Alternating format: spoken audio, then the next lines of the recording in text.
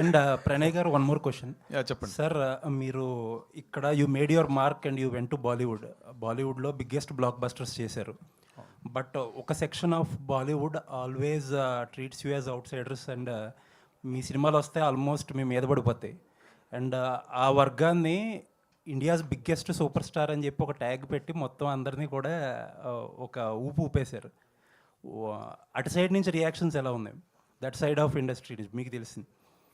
అంటే కొద్దిగా వాళ్ళు అంటే ఒక సౌత్ నుంచి ఒక యాక్టర్ని తీసుకొని మనం బిగ్గెస్ట్ సూపర్ స్టార్ అని వేస్తే కొందరు డెఫినెట్లీ హర్ట్ అయ్యారు. బట్ ఇట్ డజంట్ మ్యాటర్, అది మన పర్సెప్షన్. మనం ఏమనుకుంటున్నాం, మన హీరో మనం ఎట్లా ప్రొజెక్ట్ చేద్దాం అనుకుంటున్నాం. ఇన్ఫ్యాక్ట్ యానిమల్కి సూపర్ స్టార్ రణబీర్ కపూర్ అని వేద్దామంటే కూడా రణబీర్ కపూర్ కొద్దిగా తటస్థంగానే ఉండే. అసలు అప్పుడు ఫస్ట్ రిలీజ్ చేసినప్పుడు డిసెంబర్లో వేద్దామని అన్నారు. అయితే ఆయన వద్దు సందీప్, మా తాత వేసుకోలేదు, మా ఫాదర్ వేసుకోలేదు, ఎందుకు అసలు ఆ ట్రెండ్ ఇక్కడ లేదు, వద్దు అన్నట్టు అన్నారు.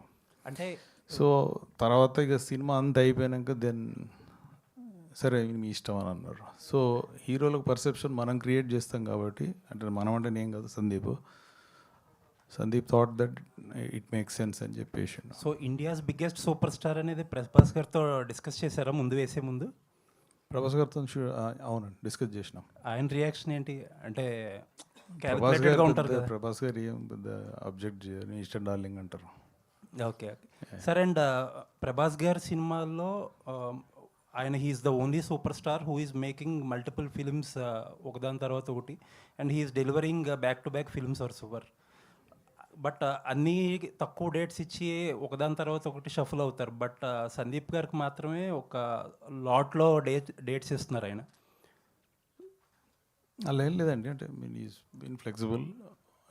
ఇప్పుడు ప్రస్తుతానికి ఫౌజీలు ఉన్నారు, ఫౌజీ అయిపోయాక మా దాంట్లోకి వస్తారు. రెండింటి మధ్యలోనే స్విచ్ అయ్యారు. So next video content of spirit ఎప్పుడు ఎక్స్పెక్ట్ చేయొచ్చు? అది సందీప్ అండ్ ప్రభాస్ అన్న విల్ డిసైడ్ అండి. Okay sir, all the best sir, looking forward. Thank you. Pranay గారు ఇక్కడ సార్. చెప్పండి సార్. అంటే మీ బ్యాన్ అంటే మీ నుంచి సినిమా వస్తే రొమాంచగా ఉంటే దాంట్లోనే రొమాన్స్ ఎక్కువ చూపిస్తుంటారు. ఎక్కువ అర్జున్ రెడ్డి కానీ లేకపోతే యానిమల్లో కూడా ఎక్కువ చూపించారు కదా. ఇందులో ఎలా ఉంటుంది అంటే మొత్తం కూడా మీరు హాస్యము, ప్రేమ, ఉత్కంఠాన్ని లేపించారు. ఈ మూడిట్లో ఎలా ఉంటుంది? ప్రాపర్గా బ్యాలెన్స్ చేసినట్టు అనిపించింది. మరీ రొమాన్స్ ఏం ఉండదు. ఐ థింక్ వేనన్నా నువ్వు చెప్పింది దీని గురించి. లేదు లేదండి, ఏ సినిమా అయినా సరే కథను బట్టి, క్యారెక్టర్లు బట్టి ఉంటుంది కదా. ఈ సినిమాకి ఏది ఎంత అవసరమో అంతే సమపాలనలో కుదిరింది. నా ఇంటెన్షన్ కూడా అదే. జస్ట్ అందరు ఫ్యామిలీ అంతా చూడాలి అన్నది ఇంటెన్షన్ కాకపోయినా రాసినప్పుడు అది వచ్చేసింది అంతే. అది ఎట్లా వచ్చింది ఏందో. బట్ మీరు నిన్న ఒక ఇంటర్వ్యూలో చెప్పడం జరిగింది, హీరోయిన్స్ డిమాండ్ దీపికా పదుకుని గురించి చెప్పారు కదా. అయితే యాక్చువల్లీ ఏంటంటే హీరోలు వాళ్ళు చేస్తున్న సినిమాల్లో రెమ్యునరేషన్తో పాటు కొంత పర్సెంటేజ్ కూడా తీసుకుంటుంటారు. ఇప్పుడు ఆమె అలా అడగటం ఎంతవరకు అంటే మీరు అంటే మీ దృష్టిలో ఆమె తప్పుగా అడిగిందట ఉందా ఏంటి, అసలు ఏంటి అది? ఇట్స్ నాట్ అబౌట్ తప్పు ఒప్పు అని కాదండి. మాకు ఓవరాల్గా ఎకనామిక్స్ వర్కౌట్ కావాలి. ఆన్ పేపర్ పెట్టినప్పుడు ప్రాజెక్టు పేపర్ మీద వర్కౌట్ అయితే then will translate that, right? We thought it won't work, that's the reason. అంటే ప్రభాస్ గారి సినిమా చూస్తే బడ్జెట్ ఎక్కువ ఉంటుంది, ఎక్కువ బడ్జెట్తో ఉంటుంది. కాకపోతే ఈ సినిమా చూస్తే స్పిరిట్ చాలా తక్కువ బడ్జెటే అని అంటున్నారు. అట్లే ఉండదండి, ఆ సినిమాకి ఎంత అవసరం అంత పెడుతున్నాం. ఓకే. అనంత్ గారు, 8 వసంతాలు మీకు మంచి గుర్తింపు తీసుకొచ్చింది యాజ్ యాక్ట్రెస్. అండ్ ఈ సినిమాతో పాటు చాలా ఆఫర్లు కూడా తెచ్చిపెట్టింది. అండ్ రీసెంట్గా ఎల్లమ్మ సినిమాకి కూడా మిమ్మల్ని అప్రోచ్ అయ్యారని విన్నా. So is it true? లేదు, అలా ఏం లేదు. అంటే ఏదైనా అంటే చాలా నరేషన్స్ వింటున్నా, చాలా ఆఫీస్కి వెళ్తున్నా. సో వాళ్ళే ఇంకా నెక్స్ట్ అనౌన్స్మెంట్ ఉంటే వాళ్ళే అనౌన్స్ చేస్తారు. సో నెక్స్ట్ ఎన్ని లైనప్లో ఎన్ని ఉన్నాయి అంటే ఓకే చేసినాయి ఏమన్నా? అలా కాదు, అంటే చాలా వింటున్నాను, దాంట్లో ఏదైనా నచ్చితే అది చేస్తారు. And also they will only announce. నేను చెప్తే అది రాంగ్ అవుతుంది కదా. ఆల్ ది వెరీ బెస్ట్ అండి. Thank you so much. Pranay గారు, ఇప్పుడు వేణుగారు మీతో ట్రావెల్లో ఉన్నారు కాబట్టి అవకాశం వచ్చింది, అంతే కదండి. కొత్త వాళ్ళకి మళ్ళీ పిలిచి ఇచ్చేంత అవకాశం టైం ఉండకపోవచ్చేమో కదా. అట్లనే ఉంటుంది కదా, ఒక ఇట్లాగా వచ్చినప్పుడు ఒక పెద్ద సినిమాలు చేస్తున్నప్పుడు ఇట్లాంటి ఒక సినిమా చేయాలంటే మినిమం మనకి కమ్యూనికేషన్ పరిచయం ఉంటేనే ఉంటుంది అనేది నా ఫీలింగ్. మీరేమంటారు?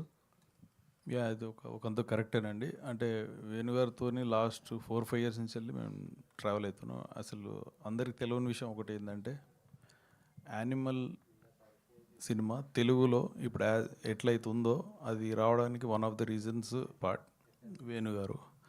సో ఈవెన్ దో రాకేంద్ర మౌళి గారు was doing all the languages, but వేణుగారు అక్కడ ఉండి కొద్దిగా దాన్ని ఓవరాల్గా సూపర్వైజ్ చేసి ఆ తెలుగు ఏ రీజన్కు అట్లా పోకుండా Andhra accent, Rayalaseema accent, Telangana accent లేకుండా బుక్కిష్ తెలుగు వచ్చేటట్టు ఆయనకు తెలుగు మీద మంచి పట్టు ఉంది. సో ఆయన నాలెడ్జ్ యూజ్ చేసి ప్రాపర్గా సెట్ చేసి ప్రాపర్ డబ్బింగ్ ఆర్టిస్ట్లను సెలెక్ట్ చేసి చేసిండు.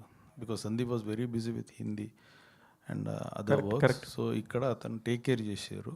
So that was the first time we started బాగా క్లోజ్ అయ్యింది. సో అట్లా వేణుగారితో పరిచయం పెరిగింది. దెన్ స్లోగా అతను is in industry for last 16-17 years. So ఇప్పటివరకు ఆపర్చునిటీ రాలేదంటే ఐ వండర్. బట్ లైక్ ఈ స్టోరీ అతను ఎవరికైనా నరేట్ చేసిండా మరి ఎందుకు రిజెక్ట్ అయిందో నాకు తెలియదు. బట్ మాకు చెప్పినప్పుడు అయితే we're very excited. I thought this will work at box office అనిపించింది. So we produced it. కథ చెప్పేటప్పుడు 4 క్యారెక్టర్లు ఆయనే చేశారన్నాడు. ఆ 4 క్యారెక్టర్లు ఏ క్యారెక్టర్ ఆయన బాగా చేసి చూపించాడండి మీకు? అంటే హీరోది ఉన్న నరేంద్ర గారిది బాగా చేశారు కంపారిటివ్లీ. సూపర్ అండి, ఆల్ ది వెరీ బెస్ట్.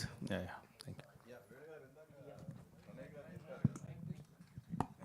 ఇంతకుముందు ఎవరికన్నా చెప్పారో తెలియదు కానీ అన్నారు. ఇంతకీ ఎవరికన్నా నెరేట్ చేశారా ప్రణయ్ చెప్పినట్టు?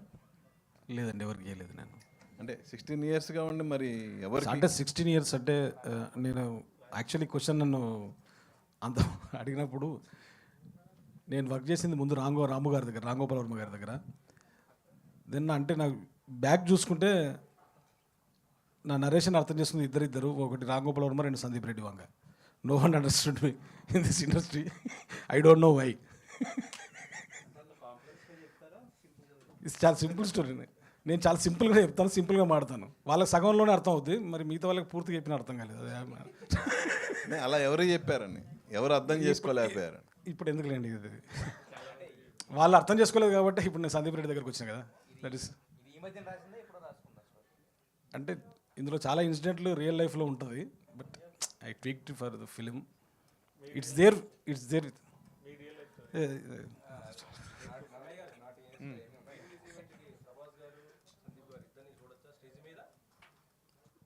ఐ డోంట్ నో అండి. సందీప్ అయితే పక్కా వస్తారండి. ప్రభాస్ అన్న సంగతి తెలియదు.